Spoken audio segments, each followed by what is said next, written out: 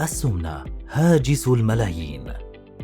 عند زيادة الوزن إلى حد أعلى من الوزن الصحي نصبح معرضين لمرض السمنة، ويكون ذلك إن كانت نسبة الدهون أعلى من الحد الطبيعي وكان مؤشر كتلة الجسم أكثر من 30.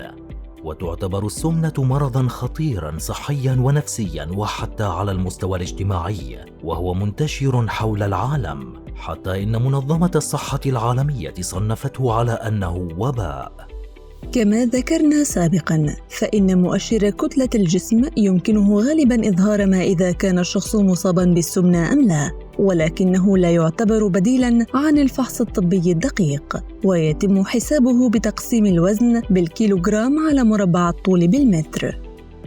أي أنه إذا كان وزنك 70 كيلوغراما وطولك 165 سنتيمتر، فإن مؤشر الكتلة يساوي 70 تقسيم 1.65 للتربيع، فيكون الناتج 25.711، وهذا المؤشر يعتبر جيداً لأنه أقل من 30.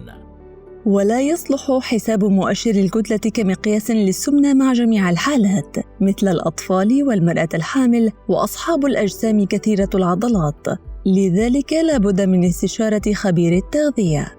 وأما علاج السمنة فيكون أولاً باتباع نظام غذائي صحي معتمد على نصائح خبير التغذية أو الطبيب المعالج، لأنه وفي بعض الحالات تكون السمنة ناتجة عن اختلال في هرمونات الجسم، أو أنها بسبب أمراض وراثية أو غيرها من الأسباب. وسنعرض سوياً بعض الحميات التي اشتهرت بين الناس وأثبتت فعالية في محاربة ذلك المرض، مع التنويه أن تلك الحميات لا بد وأن يصاحبها نشاط رياضي وحركة تحت مراقبة الطبيب. حمية الصيام المتقطع، وهي من أحد أشهر الحميات التي انتشرت، حيث يمكن في هذه الحمية للشخص اختيار الساعات التي سيتناول فيها طعامه بما يناسبه. وقد أظهرت هذه الحمية فعالية كبيرة في إنقاص الوزن وزيادة حساسية الأنسولين. وهناك عدة طرق للصيام المتقطع تختلف باختلاف مدة تناول الطعام ومدة التوقف بين الوجبات. حمية الكيتو، وهي الحمية التي أخذت النصيب الأكبر من الشهرة بين الناس، وتعتمد على الامتناع عن تناول الكربوهيدرات والتركيز على الدهون والبروتين، مما يحفز الجسم على الاتجاه للدهون المخزنة كمصدر للطاقة، وبالتالي إنتاج أجسام كوتينية.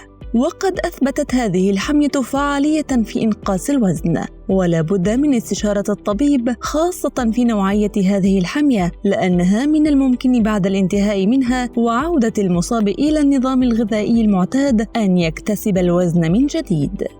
حمية السعرات الحرارية، والتي تركز على اتباع نظام غذائي يعتمد على حساب السعرات الحرارية، بحيث يزود الجسم بسعرات حرارية أقل مما يحرقه، مع التركيز على زيادة حرقها من خلال النشاط الرياضي، حيث إن احتياجات الجسم من السعرات الحرارية تعتمد على عدة عوامل كالجنس والوزن والطول والنشاط البدني والحالة الصحية.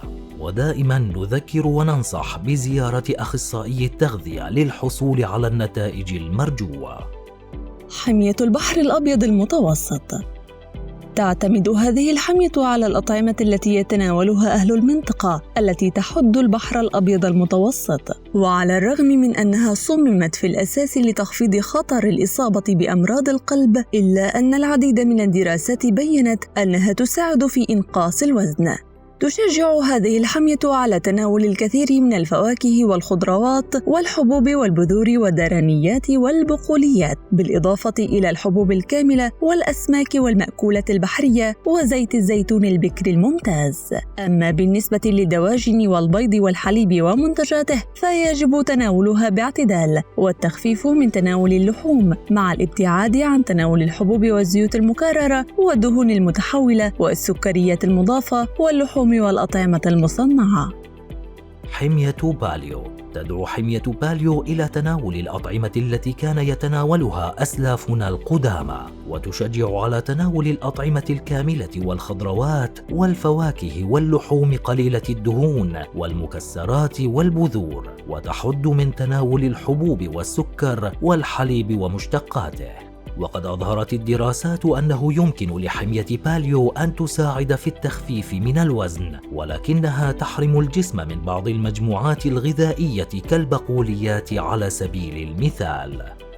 حمية داش، وهي في الأصل نمط غذائي لعلاج ارتفاع ضغط الدم والوقاية منه، ولكن أفاد كثيرون ممن اتبعوه بأنه يساعد على إنقاص الوزن. وتركز الحمية على تناول الفواكه والخضروات والحبوب الكاملة واللحوم قليلة الدهن بكثرة والقليل من الملح واللحوم الحمراء والدهون والسكريات المضافة.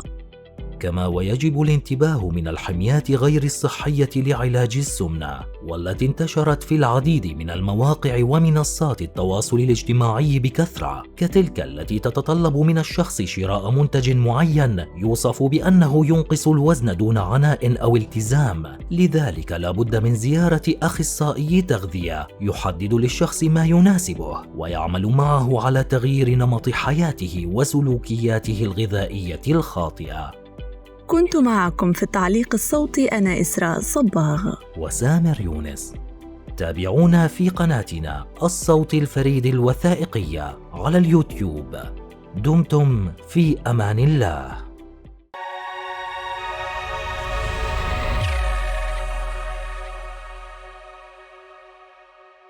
الصوت الفريد، عندما ينسج الصوت معنى الحرف.